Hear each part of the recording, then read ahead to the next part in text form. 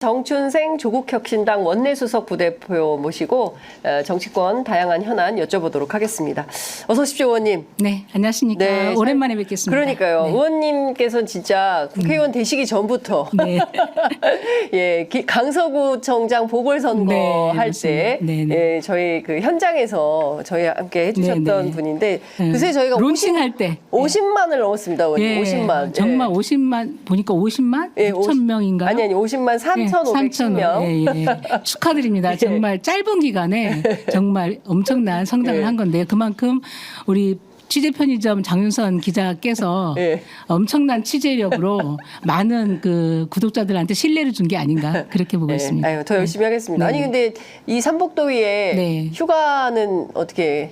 다음 주에 며칠 쉴 생각이고요. 네. 예, 우리 보좌진들은 이번 주에 다 쉬고 있습니다. 아 예. 그렇군요. 아이 그러니까 네. 너무 더워서 그 휴가 하시면서 좀 대통령도 네, 네. 휴가 가셨으니까요. 예. 예, 국회의원들도 휴가 가야 된다. 그래야 또 신선한 마음으로 다시 돌아와서 의정 활동 하실 수 있으시니까. 네, 자 그러나 현안은 차고 넘칩니다. 네. 현안 좀 여쭤보도록 하겠습니다. 어제 국민의힘 최근이죠. 국민의힘이 패스트트랙 재판 대응 TF를 꾸리겠다. 네. 이게 언제적 일이냐면요. 굉장히 오래된 2019년도의 일입니다. 그때 당시에 의원님께서는 민주당의 네. 그 당직자로 네, 네, 역할을 하고 계셨는데 어제 관련해서 기자회견 하셨습니다. 네, 네. 뭐 어떤 문제가 있다고 보시는 겁니까? 이 사안에 대해서 묵과할 수 없어서 네. 제가 기자회견 하겠다고 말씀을 드렸고 했고요. 네. 당시 저는 그 패스트트랙 전국의 한복판 예, 원내행정기획실장을 하고 있어요. 그 실무적으로 다 예. 총괄했던 예. 그 자리에 있었기 때문에 예. 그 당시 그 자유한국당의 예. 불법적인 현장을 다 봤기 때문에 이런 부분은 도저히 그대로 넘어갈 수 없다. 그래서 기자회견을 했고 뭐가 문제냐면 저는 네. 이게 수사도 다 끝난 상황이고 네. 재판이 진행 중인데 그렇습니다. 진행이 안 되고 있어요. 재판이 진행이 안 네네. 되고 있어요. 사건은 2019년 4월에 벌어진 거고 네. 서로 고소 고발전이 있었고 이미 수사가 다 끝났는데 저는 이분들이 제대로 법적인 처분을 받으면 공직선거권 어쨌든 피선거권도 박탈될 정도의 큰 위중한 범죄를 저질렀는데 네. 아직 안 하고 있는 거예요. 나경원 대표 빠로 들고 막 이렇게. 네. 근데 뭐 민주당이 공격해서 어쩔 수 없이 뭐 아닙니다. 방어 차원이다라고 예, 예. 주장은 하는데 네, 그게 네. 아닙니까? 그건 아니고요. 당시 현장이 어땠던 거예요? 당시 뭐 저쪽 얘기는 민주당의 예. 입법 독주를 막기 위한 과정에서 생긴 네. 일이기 때문에 당 차원에서 대응하겠다 이런 예. 브리핑을 대변인께서 하셨던데요. 예. 정확히 팩트 체크하면 더불어민주당이 입법 독주가 아니고 예. 자유한국당만 반대하고 있었고 예. 당시에 바른미래당, 정의당 등 여야 사당이 함께 예. 검찰 개혁과 예. 선거제 개혁을 합의를 해요. 예. 그래서 정개특위를 구성해서 활동하고 있는 상황이었고 예. 사개특위를 구성해서 활동하고 있는 상황이었습니다. 네. 그런데 이제 계속 협의가 안 되니까 이것을 패스트트랙에 태우자 여야 네. 사당이 합의를 합니다. 그래서 이제 빨리 추진을 해서 본회의까지 상정될 수 있도록. 네. 그런데 그때부터 이제 이거는 불법적인 그 과정에서 사보임은 있었습니다. 예. 그래서 사보임도 아시겠지만 예. 국회의장의 권한으로서 교섭단체에서 요청을 하면 다 받아줘서 그대로 반영을 하거든요. 네. 그런데 이제 불법적인 사보임으로 진행됐기 때문에 무효다 하면서 그 정개특위 회의실, 네. 사개특위 회의실 다 점거를 해서 회의 자체를 못 열게 해요. 국민의힘이. 예. 회의 진행 방해죠. 예. 국회 선진화법에 의하면 예. 회의 진행 방해 자체를 엄격하게 그렇죠. 범죄로 보고 예. 있고 그 1년 이상의 예. 아니 5년 이상의 징역 또는 1천만 원 이상의 벌금 이렇게 돼 있거든요. 예. 그리고 이 과정에서 폭행이 있으면 또 2년 이상의 예. 징역, 7천만 원 이하의 예. 벌금 뭐 이런 식으로 돼 있어서 굉장히 큰 엄중하게 다스리고 있는데 예. 회의장도 점거했죠. 들어가지 못하게 이제 복도까지 다 점령을 해요. 이번에도 보니까 법사위 할 때 네네. 복도에 쫙 와가지고 국민의힘 왔다가 의원들이 위원장이 퇴거 명령하면 어쩔 수 없이 나가잖아요. 예. 그러니까 그게 과거에 고소고발 사례가 있기 때문에 조심하는 거예요. 그때는 복도까지 예. 의원들, 예. 당직자들, 보좌진들 다 총동원해서 예. 막았거든요. 지난 그 네네. 여름에 내가 국민의힘이 무슨 일을 했는지 다 기억하고 기억하고 있는 네네. 정춘생 의원께서 예, 예. 이거 그냥 넘어갈 수가 넘어갈 수 없는데 없다. 예, 예. 한동훈 국회의원 대표가 왜 그러면 지금 그 이 재판 대응 TF를 꾸려가지고 어떤 지원을 하겠다라는 걸로 보입니까? 그 당시에 있었던 불법성을 좀 네네네. 눈 감아주겠다고 이런 걸로 의심하시는 겁니까? 그렇죠. 예. 예, 왜냐하면 수사 과정에서의 변호사를 지원을 해서 대응하는 게 재판 과정이잖아요. 네. 모든 증거들이 다 있는 상태고 네. 확보된 상태예요. 예. 재판만 진행되면 유죄를 피할 수 없는 상황인 거예요. 예. 예를 들어서 이은재 의원이 예. 팩스로 들어오는 법안을 찢어버리고 이런 거는 접수 자체를 방해한 거고. 팩스로 들어온 걸 찢어버렸어. 그 화면 기억 안 와. 나세요? 예. 그리고 예. 이은재 의원은 나중에 본회의 열릴 때 예. 의장까지 폭행을 해요. 이은재 의원이요? 예, 오른쪽 팔꿈치로 어머. 예, 가격을 합니다. 예. 이게 영상에 다 있어요. 예. 그리고 그 의안가 자체를 아예 봉쇄를 해요. 점거하고 그 화면들이 다 있잖아요. 의원님 저는 그때 국내에 있지 않아가지고 잘 몰랐습니다. 그러셨구나. 더 설명을 해드릴게요. 예. 그런 부분이 있었고 예.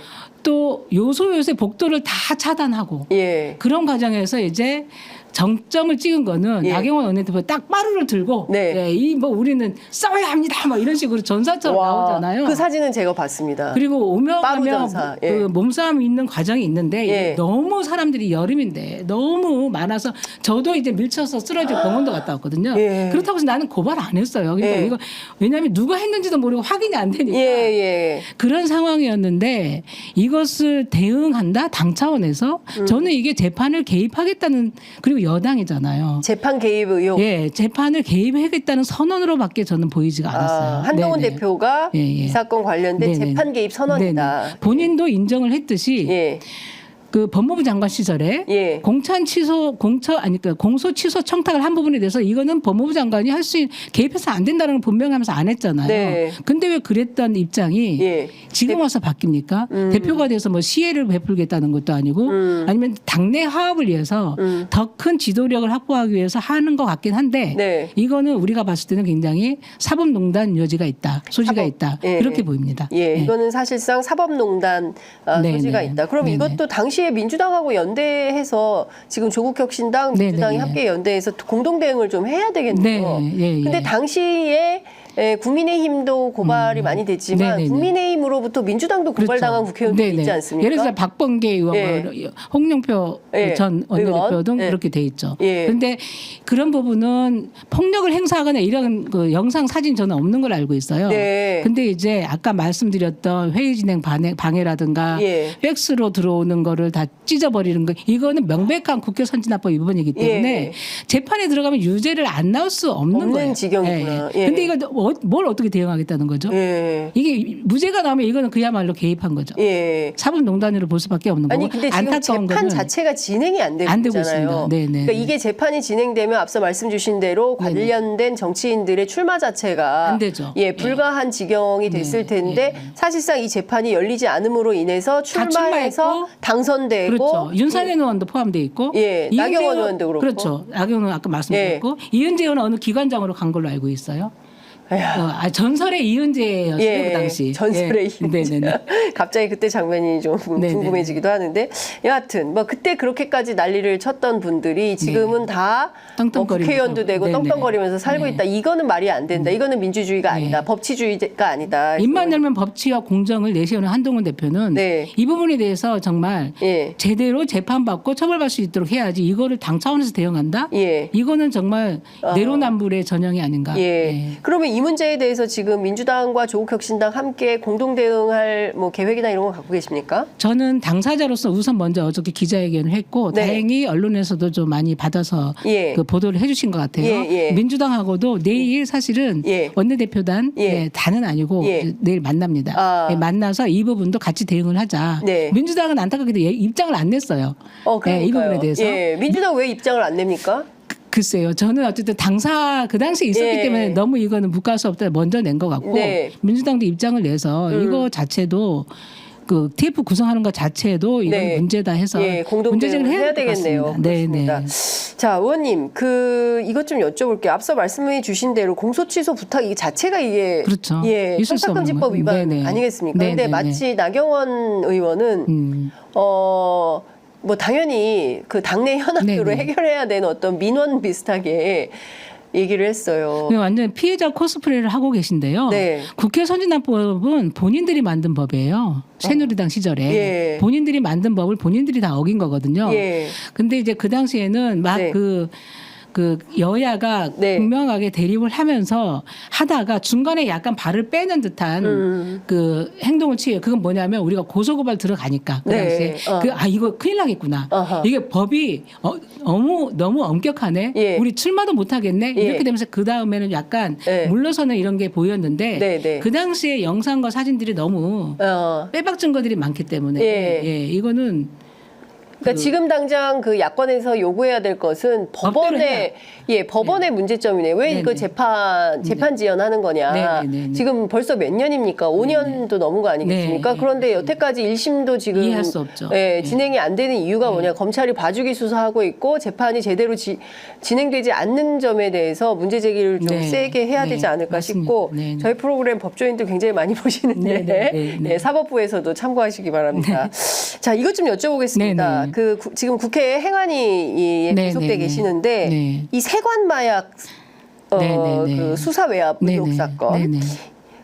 지금 보면 관세청 문제가 굉장히 핵심 이슈로 떠오르고 있고 어제도 관세청이 세세한 보도자료를 내서 해명 자료를 내면서 이제 백혜룡 경정의 주장을 탄핵하는 이런 입장을 발표했습니다. 의원님께서는 이 사건 총체적으로 어떻게 보고 계시고 이 사건의 진실 규명이 어떤 방향으로 밝혀져야 된다고 보십니까? 네네. 그 최상병 사건하고 너무 닮아 있다 이런 얘기를 정치권에서 많이 하는데 그 구체적인 내용 에 대해서는 깊이까지는 못 들어간 상황이에요. 네. 그때 우리 보셨겠지만 인사청문회 때 약간 언급이 되고 백혜령 경정의 진술을 통해서 어느 정도 사실이 확인된 부분이 있는데 저는 이 문제가 너무너무 많은 부분에서 이상하다. 그리고 그래서 그때 다 의혹이 해소되지 않았기 때문에 행안위 차원에서 청문회 실시할 것을 요청을 드렸고 다행히 청문회가 받아들여져서 20일 날 청문회를 합니다. 의원님이 행안위 차원에서 의원님이 요청하신 공개반을 통해서 했고 그것을 그 후에도 위원장 민주당이 주도한 게 아니에요? 제가 주장을 했어요. 그 당시 그게 화면을 보면 아시겠지만 마지막으로 마무리하면서 이 부분은 더 보면 볼수록 의혹이 지쳐진다. 그래서 행안위 차원에서 청문회를 해주실 것을 요청드립니다. 했고 그 후에도 위원장님도 신정훈 위원장 만나 뵙고 이거 해야 된다.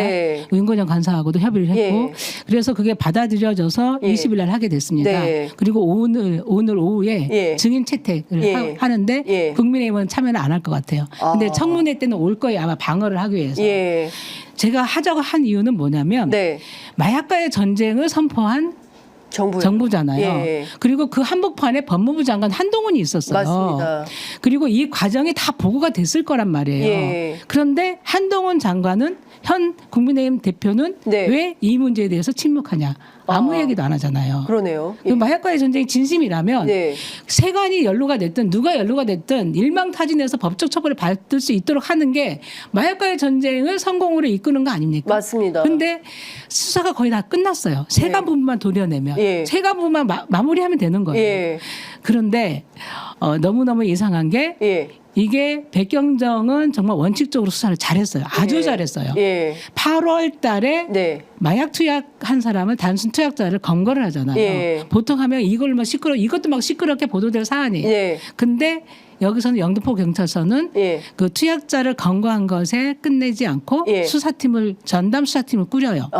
그래서 역추적이 들어갑니다. 그래서 조직이 드러난 거잖아요. 국제 마약 일반이 조직이 드러난 거예요. 말레이시아와 국내적으로 연계된.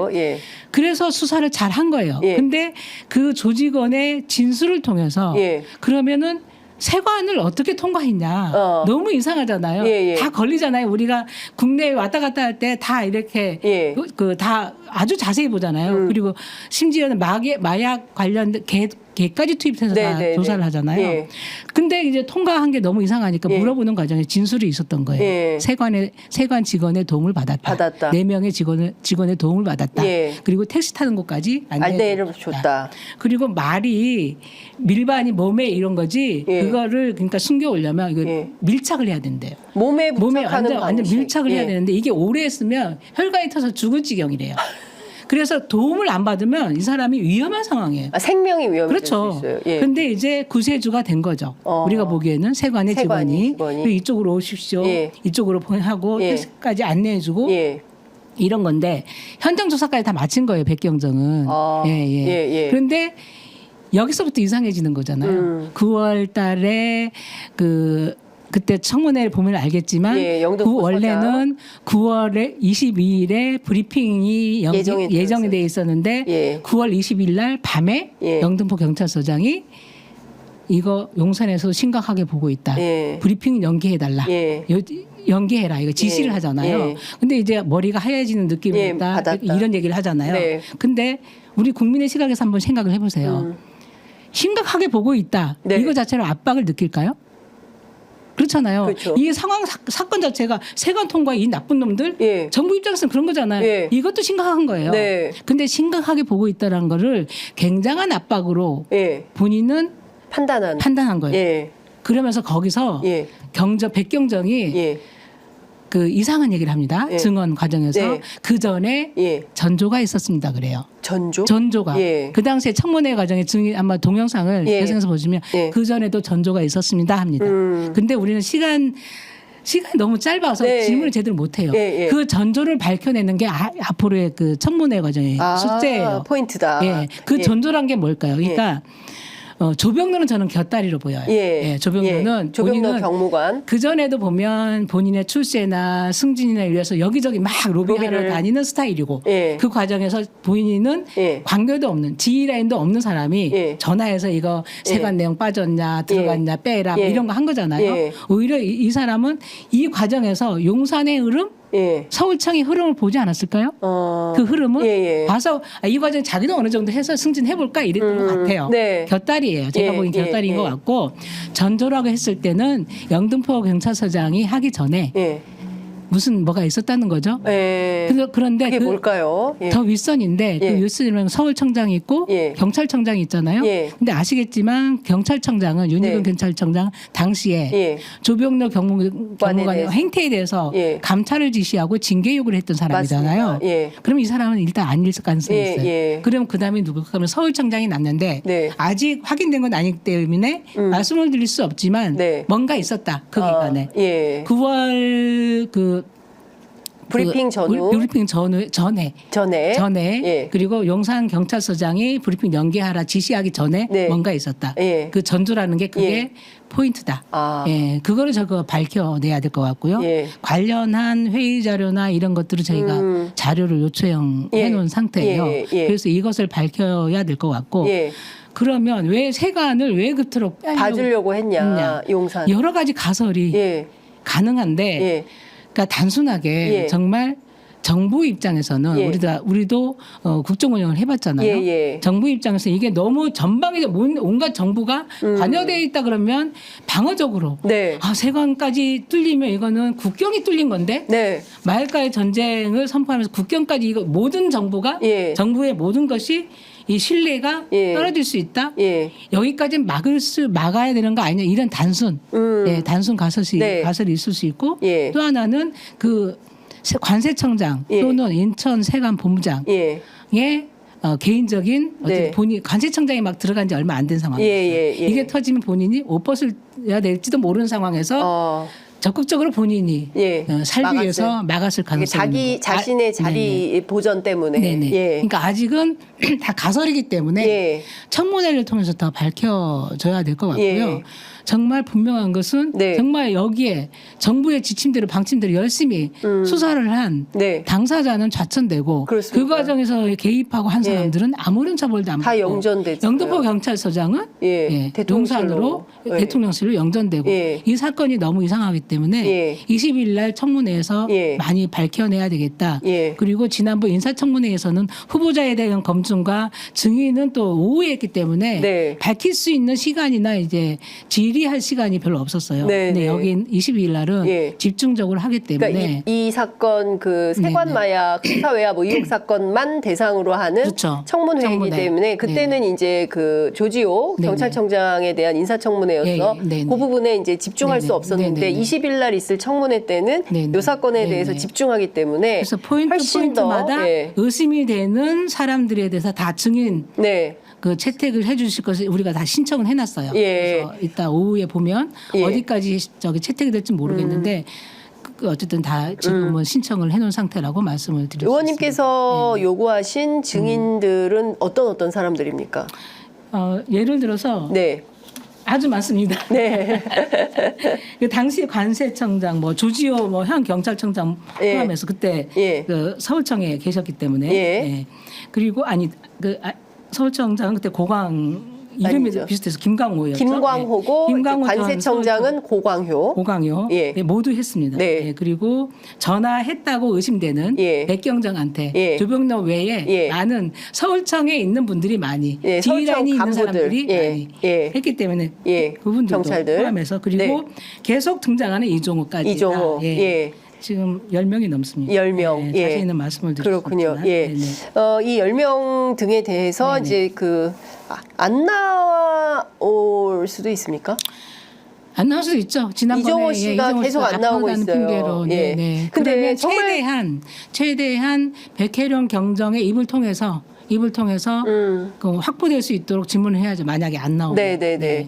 나오게 되면 대질신문도 할 수 있고 그러니까 좋은데 안 나오더라도 최대한 이게 그 더 진실에 가까울 수 있도록 계속 질문하고 답을 끌어내야 된다. 끌어내는 게 우리의 숙제인 것 같아요. 일단 뭐 세게 취재하셔야겠네요. 사전에 세게 취재를 하셔서 어떤 걸 물어봐서 어떤 진실을 끌어낼지 진짜 국회의원들의 역량 있는 기량이 어디까지 있는지 저희들이 좀 그리고 봐야 될 한 것 포인트가 같네요. 있는데 그 연기를 지시하고 브리핑은 연기를 지시하고 그때가 9월 20일 그리고 22일 날 브리핑을 했잖아요. 이 과정에서 세관이 연루됐다 이게 아니라 관련 유추될 수 있는 거를 모두 빼게 하잖아요. 그 과정에서 그리고 10월 그러니까 그 최상병 사건 같은 경우는 8월 2일 날 대통령실 온갖 전화들이 이루어지고 막 난리가 났었죠. 전화가. 이 사건 같은 경우는 10월 5일과 6일 사이에 온갖 전화들이 막 여기저기서 옵니다. 그러니까 최상병 사건은 7월 31일에서 8월 2일 사이에 전화통이 불났다면 세관 마약 수사외압 의혹 사건은 10월 5일에서 6일 사이에 집중적으로 전화가 온다. 실제로 브리핑하기 전까지. 브리핑 직전까지. 그리고 이 과정에서 영등포 경찰서장도 굉장한 압박과 부담을 느꼈던 걸로 저는 알고 있어요. 김찬수. 영등포 서장도 당시에 이거 막아야 되는데 이거 못 막으면 큰일 난다. 뭐 이런 백경정이 막 그 꼿꼿하게 하고 해야 된다고 원칙적으로 해야 된다고 하니까 위에 말을 안 김찬수 서장이 들으니까 엄청난 압박과 또 위에서 계속 전화가 왔겠죠. 이날 8월 5일 그러니까 10월 5일과 6일 사이 엄청난 전화들이 이루어지고 6일부터 16일까지 이때 모든 게 멈춰요. 브리핑만 한 번 있고 수사도 지금 아무것도 진행이 안 돼요. 열흘 동안. 이때 무슨 일이 있었냐면 조병로 경무관의 전화가 바뀌고 세관 직원들의 전화가 다 초기화됩니다. 저는 제가 알기로는 그렇게 알고 있어요. 이런 부분도 우리가 좀 봐야 된다. 정춘생 의원님 일 엄청 열심히 하시네요. 행안위 위원으로서 진실을 지금까지 그 언론에 자세히 보도되지 않았던 내용들을 오늘 상세히 좀 말씀을 해주고 계시는 건데요. 이러면 의혹이 증폭됩니다. 그리고 20일 청문회에서 어떤 내용이 드러나고 밝혀지게 될지 관련된 내용들에 대해서 귀추가 주목되지 않을 수 없다 이런 말씀 좀 드리겠는데 국민의힘에도 제가 당부드리고 싶은 게 정말 마약과의 전쟁을 선포한 정부 아닙니까? 그리고 마약과의 전쟁 최일선에서 최일선의 진두지휘에 있던 법무부 장관이 지금 대표가 됐잖아요. 이 청문회에 같이 해서 진실을 밝혀야죠. 그렇습니다. 이런 식으로 빼내고 그러면 누가 그 마약과의 전쟁의 그 진정성을 믿겠습니까? 그리고 일선에서 수사하고 있는 사람들이 지금 굉장히 그 위축되어 있어요. 예. 항상 열심히 하는 사람들은 좌천 내지는 그러니까요. 징계당하고 아니면 보복성 인사당하고 예. 고발당하고 예. 그것을 하지 말라 개입한 사람들은 잘 나가고 이게 공정입니까? 이게 정입니까? 이게 공정과 상식이 뒤엎어졌죠. 뒤엎어졌죠. 네. 그러니까 솔직히 말하면 현장에는 열패감 뿐이에요. 맞습니다. 야, 일 열심히 네. 하면 뭐하냐 징계받는데. 맞습니다. 야, 일 열심히 해봐야 네. 좌천성 인사받아. 네. 그냥 네. 차라리 아무것도 하지 말고 그냥 잊자. 그래서 그 백혜령 경정도 굉장히 심지가 굉장히 단단하신 분 같아요. 네. 그러니까 박정훈 대령 사건을 보면서 엄청난 것을 배운 거죠. 이걸 제대로 대응 안 하면 내가 대치게 당하고 내가 공격당하고 알기 때문에 어쨌든 이게 어쨌든 법적인 거를 그리고 나의 진술이 어떤 문제가 있을까 뭐 이런 것들을 다 꼼꼼하게 살피면서 대응을 하시는 것 같더라고요. 박정훈 대령도 우리 국민이 지켜줬듯이 백혜령 경정 같은 경우도 우리 국민이 지켜줘야 되고 거기까지 이슈화되고 공론하기까지는 국회의 역할이 크다. 저는 그렇게 생각합니다. 그러니까 저도 그런 생각이 좀 들었습니다. 이 사건 취재하면서 박정훈과 백혜룡 이 두 분이 어쩌면 윤석열 정부의 명운을 결정하게 된 핵심 키맨이 될 수 있겠다라는 생각이 좀 들었습니다.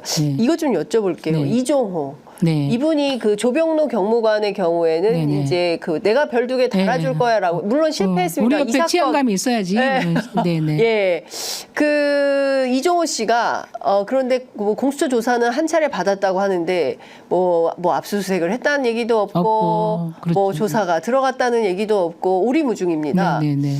그래서 너무 이상하죠. 그러니까 이 사건에 대해서도 지난번에 그 행안위 할 때 국민의힘 의원들이 그 어쨌든 주식 주가 조작 사기범이라고 해요.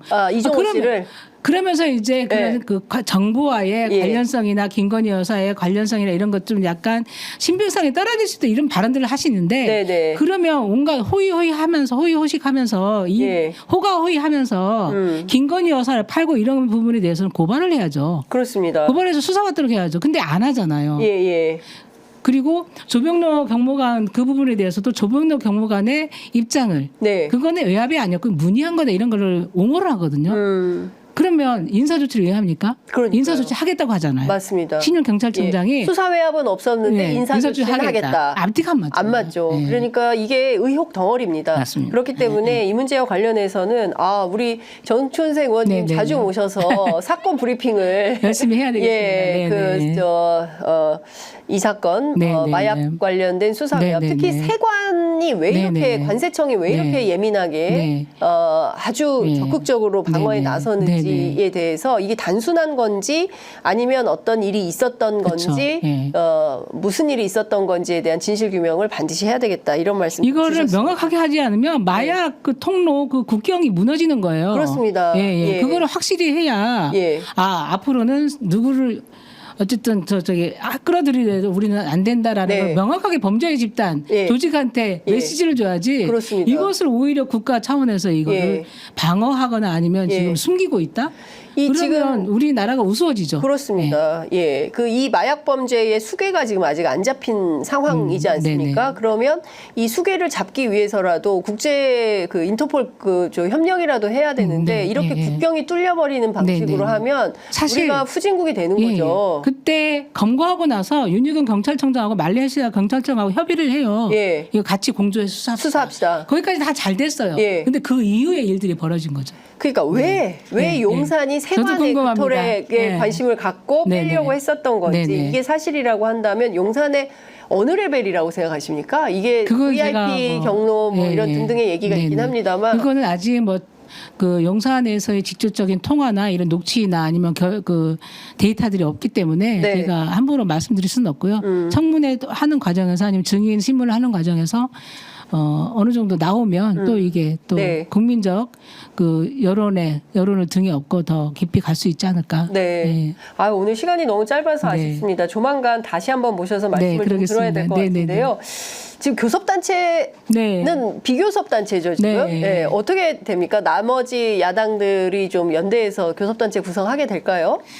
그거는 공동교섭단체 전략이고 우리가 지금 더 중점적으로 추진하는 거는 교섭단체 요건을 완화하는 거거든요. 제가 교섭단체에서 있어봤고 비교섭에도 지금 있어왔잖아요. 그 차이가 어마무시한 거예요. 근데 이거는 그때 그 소수 정당에 대해서 더 깊이 있게 못 봤던 점을 저는 깊이 반성을 하면서 교섭단체가 요건이 너무 강한 거는 너무 입법정의에 반한다. 뭐 사법정의라는 말도 있죠. 입법정의에 반한다 생각을 하고요. 왜 그러냐면 우리가 일을 하다 보니까 조국혁신당이 총선에서 12석을 우리 당선시켰고 국민들로 치면 690만 명의 표를 얻은 거예요. 그리고 24.25%인가요? 25% 가까이 4분의 1의 득표를 했거든요. 그런데 국회에서 의제 세팅이나 협상이나 교섭하는 과정에서는 영석이랑 똑같아요. 어떤 개입도 할 수 없어요. 그냥 통보만 받고. 아이고야. 예를 들어서 우리가 중점적으로 하려고 하는 한동훈 특검법이라든가 아니면 다른 법안이라든가 사회권 선정권 이런 거 같이 하고 싶어도 그 끼어들 여지가 없는 거예요. 간사도 아니죠. 위원장도 아니죠. 교섭단체가 아니어서 원내대표 협상에도 낄 수가 없죠. 이러다 보니까 계속 우리가 할 수 있는 것들을 못 하겠더라고요. 그래서 교섭단체 요건을 완화하자라는 법안을 냈는데 이거는 10석으로 일단 기준을 완화하자고 했어요. 그거는 10석은 그냥 나온 건 아니고 그래도 그동안 그러면 관련된 법안이 뭐가 있을까 해서 봤을 때는 5석으로 내리자 아니면 10석으로 내리자 이런 게 있더라고요. 그래서 10석 정도면 어느 정도 국민들께서 수긍 가능하고 그래도 교섭단체 양 교섭단체가 어느 정도 그래도 이 정도는 해줘야지 할 정도 타협 가능한 수준이 아닐까 해서 했던 거고요. 우리나라 교섭단체가 20석이 된 거는 그냥 어떤 기준이 있어서가 아니에요. 유신헌법. 유신 때 했더라고요. 그때는 의회 정치가 없었잖아요. 그렇습니다. 그 기준이 아직까지 와서 엄청난 지금 국민의 국회라는 게 국민의 뜻을 대의하는 거잖아요. 근데 국민의 뜻을 대의할 수가 없어요. 모든 의제가 양당으로 다 수렴이 되고 모든 의제가 양당의 대립으로 수렴이 되고 제3정당 낄 데가 없죠. 그러니까 그 과정에 조율하고 협상하고 그 완충지대를 만들고 이런 게 전혀 없다 보니까 이 정치 발전이 없고 대립 갈등만 심화되는 이런 구조인 거잖아요. 그래서 이것을 좀 바꿨으면 좋겠다라는 거고 교섭단체가 못하는 게 정보위원회는 아예 교섭단체 의원은 비교섭은 아예 못 들어가도록 국회법에 아예 명시돼 있어요. 그런 것도 굉장히 부당하다고 생각하기 때문에 이것도 고쳐야 되고 또 하나 큰 거는 국고보조금 문제예요. 국고보조금이 지금 총액에서 50%는 교섭단체에다가 균등 배분해요. 나머지 50% 갖고 교섭단체를 포함한 나머지 소수정당까지 의석수 분포, 득표율 기준으로 해서 배분이 되다 보니까 80% 이상이 교섭단체로 갑니다. 그렇죠. 소수정당은 이 국고보조를 갖고 정치 연구를 한다거나 좋은 인재를 그 채용을 해서 일을 하도록 하거나 이런 게 안 돼요. 부익부 빈익빈이고 오히려 더 양당 체제를 공고화하는 제도거든요. 이것도 바꿔야 된다. 교섭단체 계실 때하고 비교섭단체 계시니까 또 이게 또 맞습니다. 여러 가지가 이게 본질이 보인다. 보여요. 그리고 우리 사회가 알겠습니다. 굉장히 다원화되어 있고 다양성을 추구하는 사회잖아요. 두 정당으로 수렴이 절대로 안 됩니다. 알겠습니다. 다양한 정당이 출연할 수밖에 없는 사회인 새로운 거고 정치개혁이 그런 필요하다. 거에 맞는 국회법과 정치자금법, 정당법들이 필요하다. 알겠습니다. 조만간 또 모셔서 다양한 현안에 대해서 여쭤보도록 하겠습니다. 오늘 말씀 여기까지 듣겠습니다. 벌써 끝났나요? 감사합니다. 감사합니다.